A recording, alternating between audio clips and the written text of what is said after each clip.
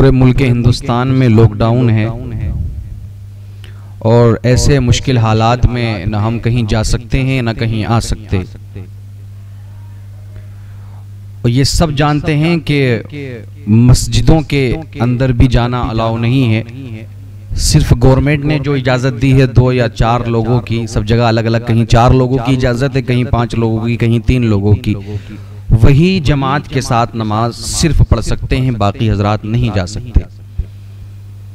अब तक ये मामला हुआ कि हमने नमाजें घरों में पढ़ी और 4 जुमे तकरीबन गुजर चुके, वो हम पढ़ नहीं पाए। तो उसके लिए भी हमने ये किया कि हमने अपने घर में नमाज़े ज़ोहर को अदा किया। लेकिन अफसोस तब हुआ थोड़ा जाकर के कि ये लॉकडाउन आगे बढ़ा और इसी लॉकडाउन में बरकतों वाला, रहमतों वाला वो मुक़द्दस महीना भी आ रहा है, रमज़ानुल मुबारक का मुक़द्दस महीना, कि बड़ी खुशियां होती थी, लोग खुशियां मनाते थे। तो मैं आज भी यही गुजारिश करूंगा अपने मुसलमान भाइयों से कि परेशान ना हो आप, बिल्कुल भी परेशान होने की ज़रूरत नहीं है। रब की ज़ात पे भरोसा रखें इंशाअल्लाहुल अज़ीज़ कि ये अगर ये परेशानी के औकात आए भी हैं तो बहुत जल्द ही अल्लाह रब्बुल इज़्ज़त अपने हबीब के सदक़े में सारी परेशानियों को दूर फरमा देगा। लेकिन मामला यह है कि अब सब परेशान है कि यार नमाज तरावी को हम मस्जिदों में जाकर के अदा करते थे, और वो लोग जो मस्जिदों में पूरे साल नहीं जा पाते थे वो भी मस्जिदों के अंदर जाकर के रमज़ान के महीने में नमाजें अदा किया करते थे, और तरावी की नमाज भी मस्जिदों के अंदर ही होती थी। अब देखें आप, जो नमाज तरावी है ना, वो सुन्नत मुअक्किदा है, औरतों के लिए भी और मर्दों के लिए भी।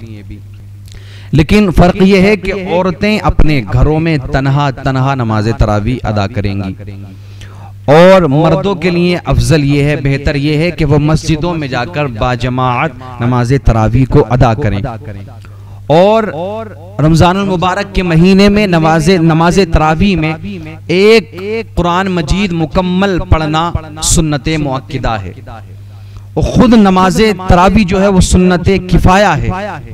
उसका सीधा सीधा मतलब ये है कि अगर महल्ले के कुछ हजरात ने उसको अदा कर लिया और कुछ जमात से नहीं पढ़ पाए तो वो अपने घर में अदा करें, और अगर किसी ने भी नहीं पढ़ा तो फिर उन्होंने अच्छा नहीं किया, बुरा किया।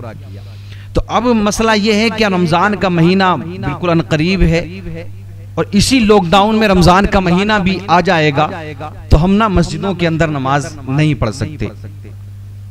तो हमें करना यह है कि जो गवर्नमेंट की तरफ से अलाउ है 4 या 5 लोगों के लिए, वही हजरात सिर्फ मस्जिद के अंदर जमात के साथ नमाज तरावी अदा करें।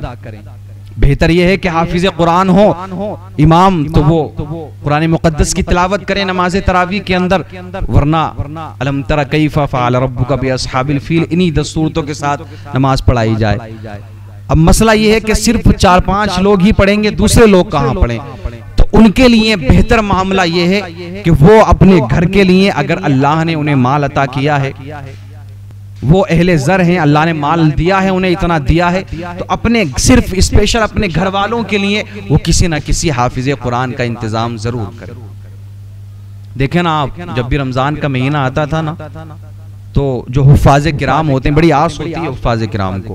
अब यार लोगों तो तरह तरह की बातें कह दिया करते हैं, बड़ी आसें लगी होती हैं। हुफ़ाज़ किराम जब वो जाते थे कुरान मुक़द्दस सुनाने के लिए नमाज तरावी के अंदर, कोई कहीं जा रहा है, कोई कहीं पे जा रहा है, कोई कहीं जा रहा है, तो जिस जगह वो तरावी में कुरान मुक़द्दस की तिलावत करते थे रमज़ान के आखिरी दिनों में, उन्हें तोहफ़े तहाइफ से नवाजा जाता था, मोहब्बतों से नवाजा जाता था, लोग अपनी तरफ से मोहब्बतों से नवाजते थे।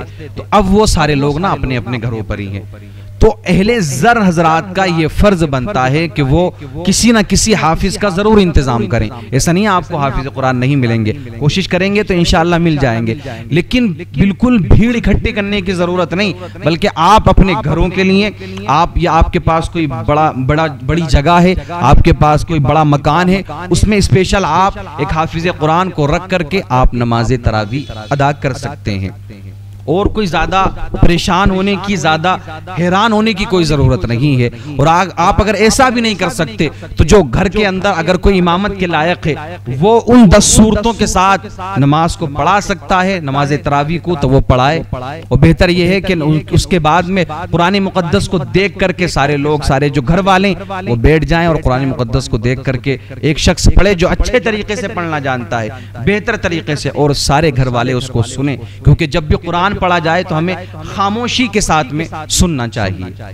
लेकिन मस्जिद में जाने की आप बिल्कुल भी कोशिश ना करें। देखें, सिर्फ एक इंसान की वजह से ना वो सारे लोग कहते हैं ना बदनाम हो जाते हैं, सब बदनाम हो जाते हैं। फिर तो जो अलाव है सिर्फ वही लोग मस्जिद में जाएं।